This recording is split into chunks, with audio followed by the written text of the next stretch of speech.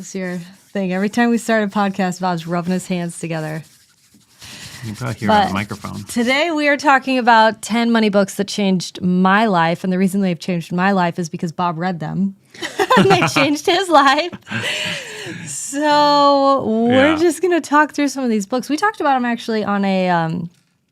we were doing the 10X Investing Live thing? Yes, the 10X Investing Live, which we had a lot of people that really loved that route. They really enjoyed it. I think you did a phenomenal job just bringing a lot of great content.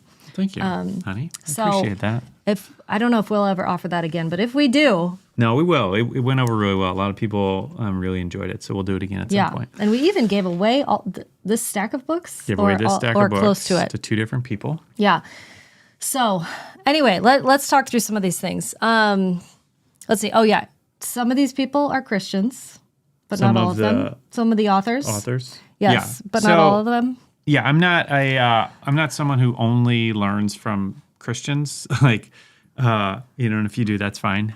But I go through these books because one of the things I've identified is that I think there are a lot of non-believers who operate with biblical principles, with biblical mindsets that God created, and they don't even know it. And then they're getting the benefit of that. Right. And so that's what I look for.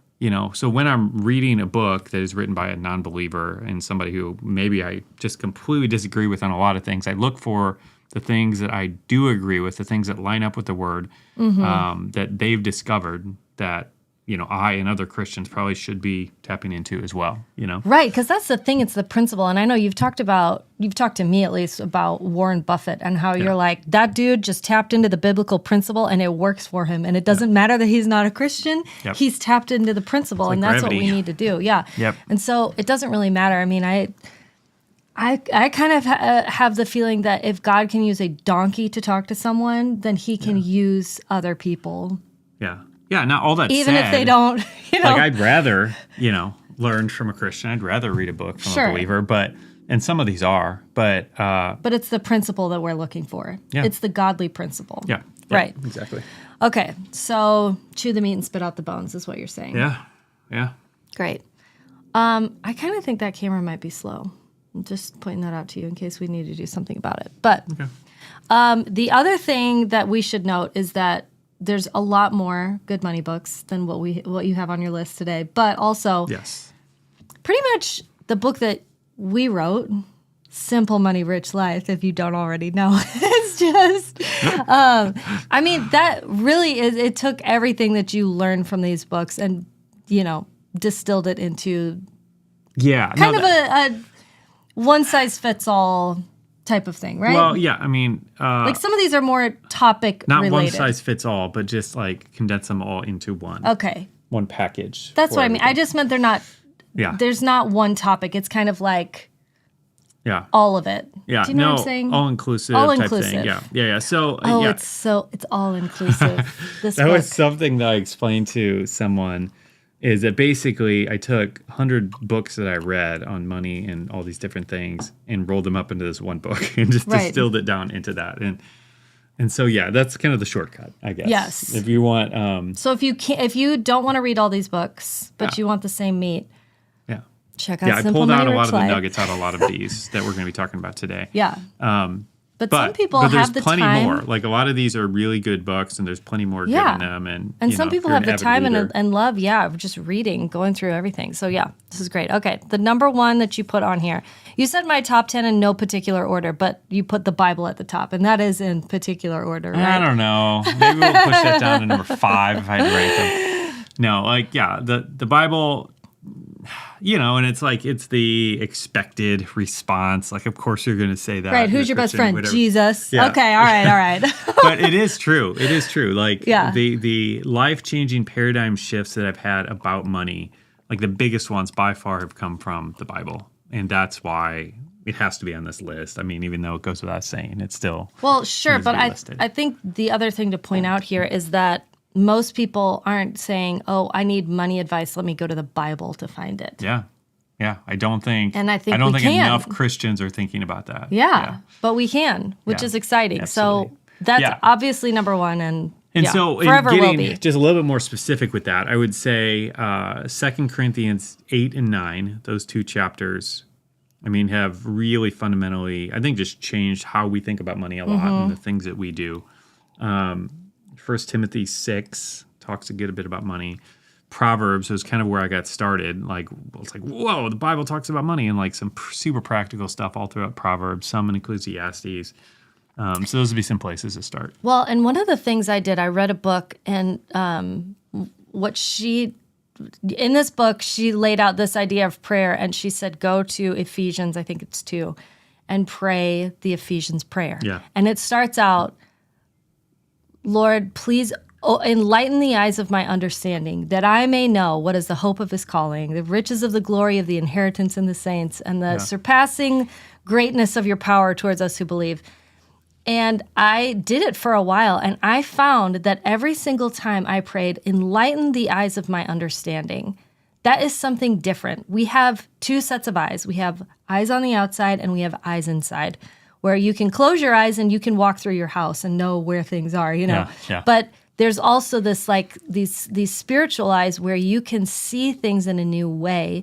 And when I would read the Bible, I'd be like, I have read this my entire life, and all of a sudden I'm seeing it differently. Yeah, that's cool. So what's your point with that? Just that the Bible can do that? That the Bible can do it, but also if we're asking God, especially if you're in a specific situation where you're like, God, I do not have the answer to this, praying that prayer, enlighten the eyes of my understanding, because he is so much greater than any resource we can even find on the earth. Yeah. Like, our creativity only extends to, we talked about this yesterday, you and I, our creativity only extends to what we can actually see.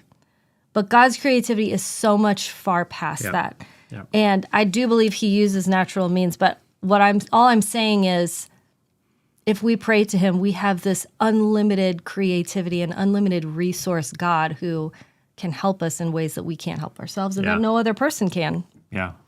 So Stack of Books is great, but what I'm saying is, it's much better when you do it God's way. Yeah. Okay. Number 1 book, Rich Dad, Poor Dad. So again, not in any particular order, but not in just any kind of going particular through order, it. except this the book, Bible. Rich Dad, Poor Dad, by Robert Kiyosaki. So again, like what we're calling this are 10 books that changed my life. So they had impact on me. And one of the things you have to realize, and you probably know this if you're a reader, is the timing with which you read a book affects how it impacts you. You know, so if I read this book now, it would affect me very differently than when I first read it nearly 20 years ago. But at that time, it had it was the first financial book I ever read, and it just had a significant effect on how I think about money. And can you recall any specific shifts? Yeah, lots of them. I mean, I Wow. still talk about this today, is the concept that he breaks down in here of the difference between an asset and a liability, and an asset being something that puts money in your pocket, liability being something that takes money out of your pocket. I've heard that one a lot. So every time we spend money on something, I buy a new mouse, I buy a new phone, I whatever, like all these different things, they're all taking money out of my pocket. But when I put some money into whatever, a index fund, or I put some money into something that's generating more money for me, that's putting money into an asset. And so the takeaway is, how can you make sure you don't put 100% of your money into liabilities? Because we have to put some money. We got to buy food. We got to buy, a lot of these things. Roller skates for your kids. But how can we prevent putting all of our money into that, put more money into assets and things that are going to grow and multiply? And so that simple thing has stuck with me for 20 years and has shifted. Yeah, and I mean, the other thing I think the takeaway that I've gotten from you vicariously is that if we're going to buy something, like you bought our son a Nintendo one year for Christmas, and I was like, dude, this is a big present. Like, I don't know if we're ready for this big of a present for him. And he said, if he doesn't like it, we can turn around and sell it. And you do that a lot, where you're like, we can turn around and sell this. So, like, you buy things thinking, what's the resale value going to be? So don't buy the off-brand junky thing. Think about the resale value in the future, if that's something that needs to be on your radar, obviously. So that's great. See, I told you it changed my life too. Okay, Wealth Secrets Yeah, so this is Craig Hill's book. The 4 wealth secrets that 96% don't know. The 5. How about that? Oh, the 5, sorry. I think it's 4. I don't know why. Well, because you're wrong. Look at this. Show them how No. So I just have a lot of highlights. Marked up this one is. This was a great book, and we read this together, and I really enjoyed it. Yeah, it was really good. Craig's a solid believer, and it's just really good wisdom kind of poured out in here. Yeah. Really like the book a lot. He sells it off his website, and that's probably the best place to go, because if you go on Amazon, it's like $60 or something. But you can get on his website. Yeah, you can get on his website a whole lot cheaper. Honestly. So you can probably Google that and find that. We'll try to have links to all these in the description once we're done shooting this. Okay. But yeah, we love that one. What did we do? Did we do a live podcast on it? Yeah, we did a podcast series about it too. So you can go back in the podcast probably 2 or 3 years ago. Yeah, that might have been in 2020. And we kind of did a book study through it a little bit. Yeah, that was a good one. All right, the next one is Automatic Millionaire by David Bach. So again, I want to reiterate, these are books that have changed my life. I wouldn't say that they're necessarily the best. It's just hard to make a list. There's lots of different ways you could make this list. So these aren't necessarily the best financial books in the world, although they very well might be. But I'm just saying, I'm making this list based off of how they affected me and how they changed me. And so this book was probably the 3rd or 4th financial book I read. And what it did for me is it finally got me to understand why it's so important to automate your financial tasks.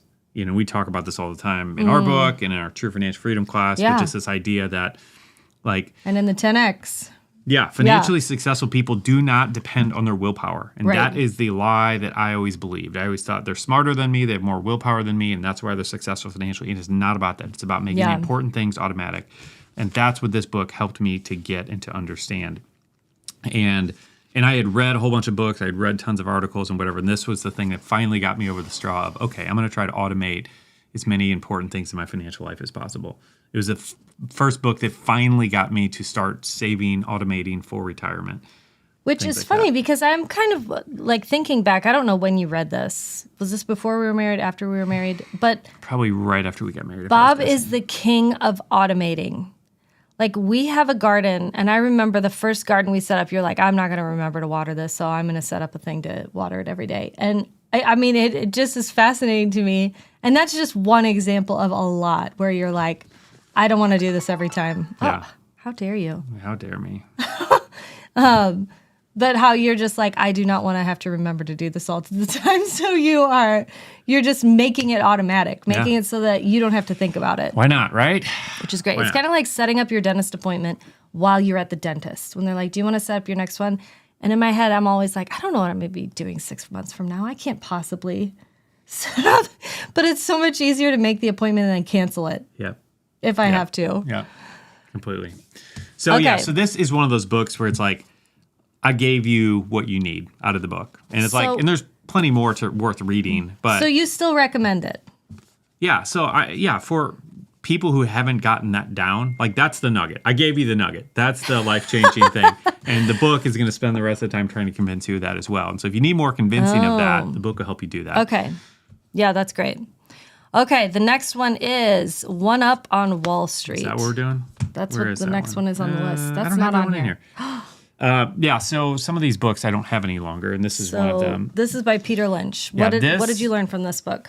Yeah, this is an investing book, and I read a lot of investing books, again, going back 15 years ago, and a lot of super complicated things, and Peter simplified stock picking in a way that I hadn't seen anyone do. And on top of that, I had tried so many complicated approaches to picking stocks, researching stocks. And I mean, I was going into all this analysis of the executive board and my gosh, getting super deep into understanding the company and who's managing it and all this stuff and trying to make stock picks off of that. And as well as other really complicated things. And none of them really worked very well. That whole approach just took a whole lot of time, a whole lot of energy, and never really panned out too much. And then I read this book and started following some of Peter's strategies. And those have been the things that have yielded the 20x returns and more. And so, we go into a lot of this in our 10x investing course as well, or a plus course of that. But anyway, Peter was the first one who got me to understand that this doesn't have to be as difficult as a lot of people make it out to be. That's so comforting. Yeah. Now, and I don't want to oversimplify Right, this, because at the end of the day, it's, when you're investing in a stock, you're buying into that business. You're becoming a part owner of that business. And business is complicated. And there's so many factors of what causes a business to succeed and fail and all this stuff. But in general, his argument in that book is that you and I have advantages over Wall Street hotshots when picking certain stocks. Yeah. And by picking things that we know and that we understand, investing in things that we know and we understand. And so that was just a powerful thing that stuck with me all these years. And honestly, if I had to trace it back to ROI in terms of, money invested in a book and the return that we got out of that, there might not have been any book that's been better than that for us. Wow. Like if we think about total money that we've made from investments since that book, wow, it's a One Up on Wall Street. Yeah. So, and it's probably 25, maybe 30-year-old book at this point. My But goodness. I think, So you I think think a lot of the wisdom principles the they principles apply. still apply. Okay. Dang. All right. And that one was One Up on Wall Street. Yeah. The next one is the Treasure Principle, or Randy Alcorn, short little nugget. I think I might have read this one too. Yeah. I mean, you can read them probably less than an hour. Yeah. And what I just liked about this Short is little nugget. short little nugget. Looks like a little treasure. Looks like a little treasure. That was a little padlock on there. But anyway, this book, I feel like he just did a good job of helping me to think eternally. Mm-hmm. I think that's what it comes down to. It's real simple, but we're all so busy. We're all so focused on what's going on in our life and what's going on with our world and our bank account right now that I think we fail to remember that we're eternal beings. Yeah. And that our time on earth is just a short sliver of our eternal existence. Mm-hmm. And when you bring that back into your awareness that we're going to be, as eternal beings, we have a lot of time. Yeah. It just helps you reframe how you make your financial decisions and how you give and all that stuff. And so this book helped with that. Yeah, that's awesome.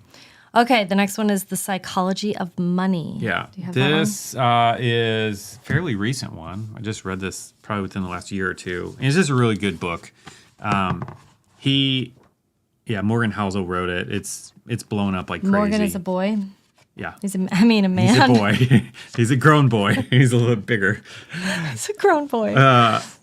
Anyway, this book has gotten really, really popular. I mean, it's been super bestseller for the last couple years. But I would say it's mindset and how you think about money, how you think about investing, that type of stuff. And he's just got a lot of unique ways of thinking about things in there. And it's just a really good book. I enjoyed. Nice. Okay, the next one is The Millionaire Next Door. So I don't have a copy of this one anymore either. This one, I remember, this was one of the early ones, right? Yeah, this book's been It's been out a while. Mm-hmm. Yeah, and I think the biggest takeaway for me from this book, because I read this early on as well, is just this idea, because we all, most of us in the middle class grow up believing things about rich and wealthy people that just aren't true. And one of them that I believed is that everybody who was rich spent money like they were in a rep video. And where it's I'm wearing gold chains, I'm throwing money out like it's nothing, I just don't care, and so I'm buying everything I want, all the most expensive cars and watches and whatever. And that's what a millionaire is. That's what someone wealthy, that's what they do. Right. And the reality is so far different from that. Right. And that's what this book proved. He did a massive study identifying of how millionaires actually spend their money and what they actually do with their money. And it's very, very different than most people think. They drive older cars. They just don't spend money on a lot of things. Really, coming back to Kiyosaki, they spend more money on assets and less money on liabilities. Right. And that means they would put more money into a house because that's something that's going to increase in value, but not as much money into cars because that's going to decrease. Right. So this book just helped me paradigm shift and see, oh, wow, okay, so that's how wealthy people actually behave. It's not what I see on TV or in the movies or whatever else on Instagram, Yeah. It's interesting. Yep. Yeah. Okay, the next one is Die with Zero. Yeah. So read this book recently too, not too long ago, probably within the last year. And, this is kind of a coming of age book, I guess. Like me turning 40, I began just thinking about some things differently. And for me, fundamentally, what it meant is, in our early 20s, we were financial messes, but we began getting things in order and started doing some things right with money, started thinking about saving for the future and saving for retirement and all these different things, and built the systems in place to do that. And then just kind of let that run. And that's what we've been doing the last 15 years. And as a result, anyway, so I guess what I'm getting at is at this point in our lives, like we've got all that down. And so we've optimized really well for saving for the future and for all of that stuff. And we're reaching this point now in our mid 40s or early 40s, I guess, where it's like, all right, what I don't want to do is be really, really good at saving tons of money up for the future and get to be 70 years old and have all this money and wish that we would have taken a couple more vacations at this point or gone and out to lunch with our kid that time instead of whatever. So the point in this essentially is being strategic about balancing saving for the future and spending now in these moments that you have. So we have moments with our kids now that we're not going to be able to do certain things with our kids 20 years from now that we can do with them now. Right. So how can we take advantage of those, of right now, where we are? And so really it's about living in the moment, spending in the moment while keeping an eye to the future and finding that balance. And that's what this book kind of helped me kind of reframe. So there's a lot of people who don't need this book, who need all right, you can't spend everything now. You have to learn how to save something for the future. This book is not for you. This is kind of the opposite. But but this was helpful for me. I noticed, so we've had a Jeep the last, 6 years, I guess. We got it when Valerie was a baby. And it was a 4-seater vehicle. And so when Oliver was born, our youngest, it was like we can no longer as a family go on a Jeep ride. Yeah. And I watched you read this book and say, no, they will only be little once. This is our family time with them, and this is too important. And we all really enjoy going on a Jeep ride together. And you were like, that's it. And so you sold the other Jeep and you got a new one that we could all fit in. And I mean, it was a fast turnaround. I mean, it really impacted you because you were like, I basically am saying my money is more important than having memories with my family. Yeah. Yeah. And again, like this is really important to know yourself and where you are on this journey, because there are people who are in this overspending mindset, who need to lean the other direction and who will use this as fuel to overspend. And that's not the point of it, But for someone like me who is a solid saver and has done a good job at that, who needs to lean back the other direction just a little bit, this was helpful for me to kind of see that. Well, yeah, but this might be impactful for someone who is either A, that person listening, or B, married to that person. Because you're probably one of them, right? So it might be something to pass along and be like, would you please read this book? Because I'd love a little perspective so that we can get on the same page, whatever. Yep. Okay, Master Your Money. Oh, yeah. So this was Tony Robbins. No, not that one. No? Master Your Money, Ron Blue. They all got money in the name. Anyway. I know. All right, so this is Ron Blue. He's a Christian financial advisor expert. He's been around a long, long time. This book's probably 25, 30 years old. Oh, wow. And you got this one all marked up, too. Yeah, just a lot of good stuff. And I would say just a general good Christian financial book. Like touches on a lot of different topics. That's kind of where I would leave it, where I would put it. And it's all in a biblical perspective. Yep. Yes? Absolutely. Awesome. Yeah. Okay. All right. Money, Master the Game. That's where we by are. Tony so this Robbins. one is written by Tony Robbins. I don't have the dust jacket. I tear off dust jackets because I got it all. One of the things I hate is reading a hardcover book with a dust jacket on. Like it just really feels so like awkward. Everything's going everywhere. I honestly don't know why they do that. And I'm like, I just don't. Like it's really for dust? Is that where we're at in life? I don't know, it feels Let's like it's keep from the another dust off era, these books. I think. But so anyway, I always throw those away. But this is the book, Money Master the Game. Super big book. I actually felt like it was a pretty easy read though. Like I don't remember feeling like it was laborious, even though it's huge. It's like probably close to 600 something pages. Wow. 650 pages probably. But I don't really feel like it was difficult. It wasn't difficult to read. No. I mean, and Tony, like I've been a fan of Tony for a long time, and I haven't gone to any of his events or anything, but read a couple of his other books. Does he cuss a lot in this book? He does love cussing. Tony loves cussing. And it's really interesting. I remember hearing him talk about it. He doesn't cuss like just... It's like hard to listen to because you're like, sometimes. Oh my gosh. Well, all right. I think he's shifted, but anyway. I hope so. I don't remember it being in Golly. this book, but anyway, he cussed.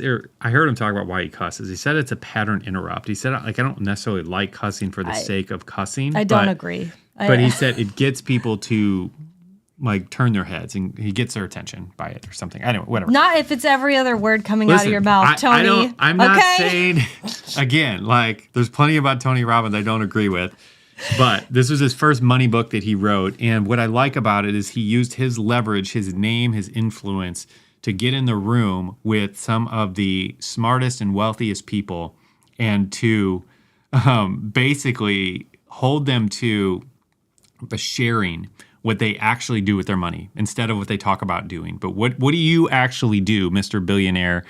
Now I have you right here. And that's what I liked about it is he was able to get access to people that no one else could get access to because of his name. And then he pulled their wisdom, distilled that into this book. And so there's a lot of good strategies in here a lot of good nuggets in here. That's a good one as well. huh? Yeah, I enjoyed it. That's the end of the list that you sent out, I guess, as an email. Yeah, I got a couple more But we you can throw have on there real quick if you want. Honorable mentions. 2 more bonuses or whatever. So I Will Teach You to Be Rich by Ramit Sethi. Which this name, I always just laugh at this name. Ramit is one of those guys, his man. personality matches the title of this book. Yeah. I So- will teach you to be rich, all right? Just shut up and listen to me. He's just a really strong and direct guy.